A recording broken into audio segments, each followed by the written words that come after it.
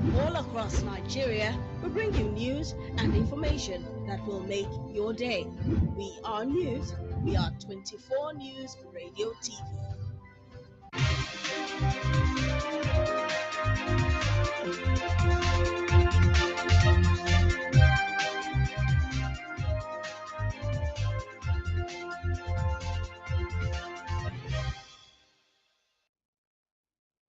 A lovely evening to you. Thanks for joining us on the news update on 24 News Radio and Television. My name is Grace Mwafo. Residents of over 1,000 communities on the Ibadan Circular Road has appealed to Oyo State Governor Seyi Makinde on the plan to extend the corridor pillar to 500 meters. The affected local government has over 10,000 houses and commercial buildings. The victims, in a statement jointly signed by the ICRCR coordinator Niyi Fashoye and its secretary Jimo, respectively, in Ibadan, the state capital, said the construction of the road has led to the untimely death of many affected landlords and landladies in the state. First Lady Oluremi Tinubu has announced the donation of 1 billion naira through the Renewed Hope Initiative (RHI) to support families displaced by a suspected herders attack in Benue State.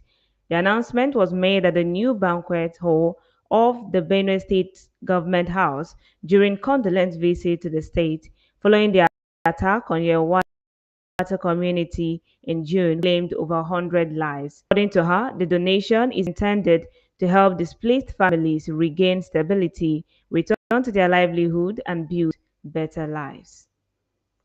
And from the political space, ahead of the 2027 poll, the national chairman of the ruling All Progressive Congress (APC), Professor Nentawe Yowatda, has ruled out the possibility of the opposition African Democratic Congress (ADC) and other opposition parties unseating President Bola Ahmed Tinubu. Addressing hundreds of supporters of the party under the aegis of the APC League of Professionals on a solidarity visit to the National Secretariat of the party today in Abuja, he referred to the gains so far recorded under the renewed hope agenda of the President Tinubu-led administration as the basis for his assertion. The APC chairman assured that the party would ensure the victory of all its candidates angling from governorship, national, and state assembly seats across the country. Yowatda, who described himself as a bridge between the old and the young, particularly cited the student loan and several empowerment programs being undertaken by the President Tinubu-led administration that have positively impacted the citizenry. The federal government, in collaboration with UNICEF, today launched two strategic instruments aimed at addressing long-standing disparities in legal protection and representation for children. The Instrument Protection Guidelines for Handling Cases Involving Children 2024 and the Legal Aid Guidelines for Children in Conflict Contact with the Law and Child Victims 2024 aim to improve access to justice by promoting child-sensitive practices including non-custodial measures such as diversion, restorative justice, and community-based interventions. They also seek to ensure prompt, quality legal representation for children while holding offenders accountable through effective sanctions. Together, these national frameworks represent a significant advance towards creating a right-based, compassionate, and rehab system for children across Nigeria.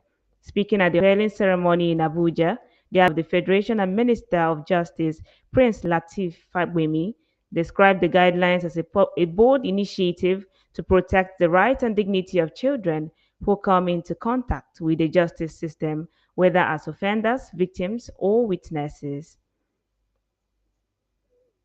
The House of Representatives has intensified advocacy for the passage of the Reserved Seat for Women Bill, with the United Nations Development Programme (UNDP) also backing the move to end decades of gender imbalance in Nigeria's politics. Speaking at a media briefing at the National Assembly, UNDP Nigeria Resident Representative LC Atafwa described the bill as a defining moment in Nigeria's democratic journey. She lamented that despite comprising nearly half of Nigeria's population, women hold fewer than 5% of seats in the National Assembly. While referencing the Super Falcons' recent continental triumph, Atafua noted that the team's success was not only a source of national pride, but also a symbolic call to action for Nigeria to accelerate effort towards achieving full and equitable representation for women in leadership. Chairman of the House Committee on Women Affairs and Social Development, who co-sponsored the bill, Kafilat Obara, noted that the bill includes measures for inclusivity to support young women, women with disabilities, and marginalized communities, and offers a framework for the Independent National Electoral Commission (INEC) to implement, with a review after 4 electoral cycles. This is still the news update on 24 News Radio and Television. Still to come are news from the foreign scene and the world of sport. Stay with us.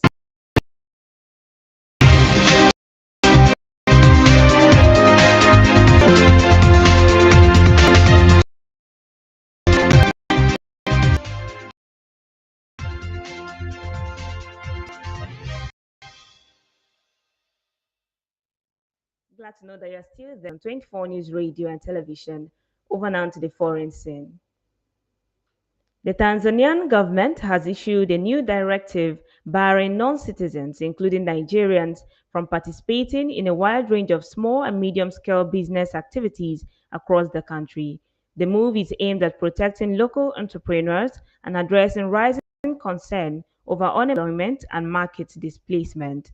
The directive, known as the Business Licensing 2025, was signed by the Minister for Industry and Trade, Selemani Saidi Jafo. It explicitly prohibits foreigners from operating in at least 15 sectors of the economy, ranging from retail trade and mobile money transfers to tour guiding and small-scale mining. According to the order, licensing authorities are no longer permitted to issue or renew business licenses to non-citizens seeking to operate within restricted sectors.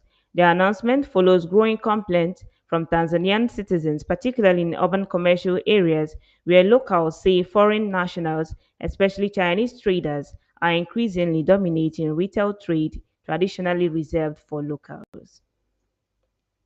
And from the United States, the Trump administration is set to destroy $9.7 million worth of US purchased contraceptives rather than deliver them to women overseas, following the dismantling of foreign assistance program carried out by the US Agency for International Development, USAID.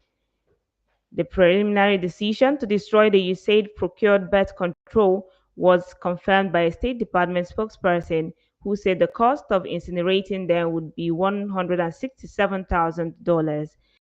The contraceptives have been housed in a warehouse in Geel, Belgium. The Belgian Foreign Ministry said it engaged in diplomatic talks with the U.S. Embassy to work to find alternative solutions to the supplies. The U.S. congressional aide said the contraceptives are mostly long-lasting types of birth control, such as intrauterine devices, IUDs, and injectables.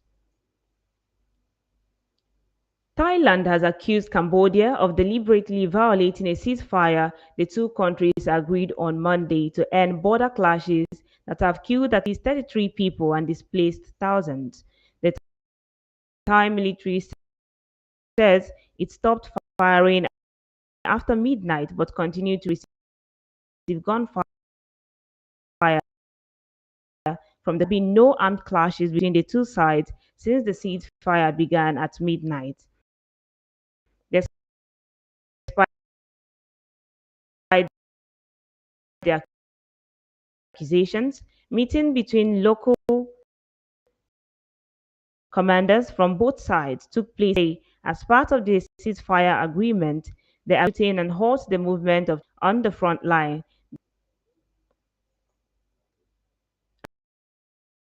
Died in Beijing and more than 80,000 evacuated to safety as heavy rains and flood ravaged roads and houses in northern China.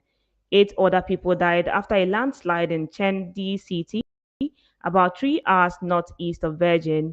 China is dealing with a summer of weather. Record heat waves hit the country's eastern region earlier. Floods swept the country's southwest.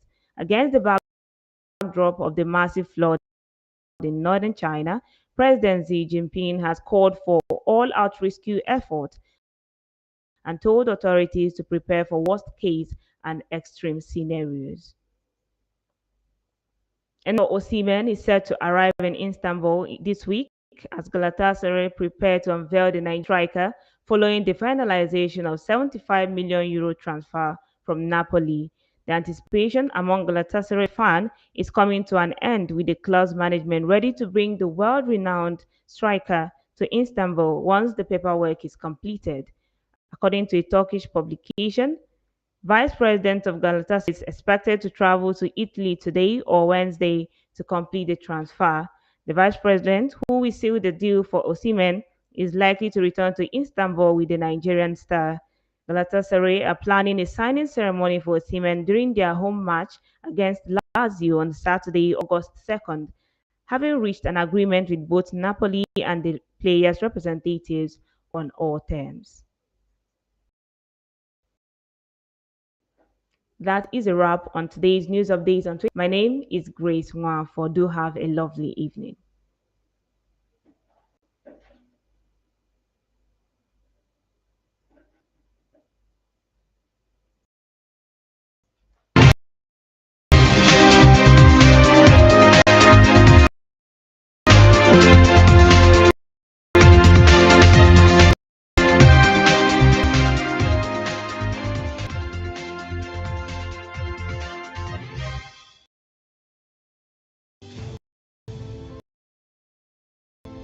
From Abuja to Lagos, Sokoto, Port Harcourt, and to Ilorin, all across Nigeria, we bring you news and information. We are 24 News Radio.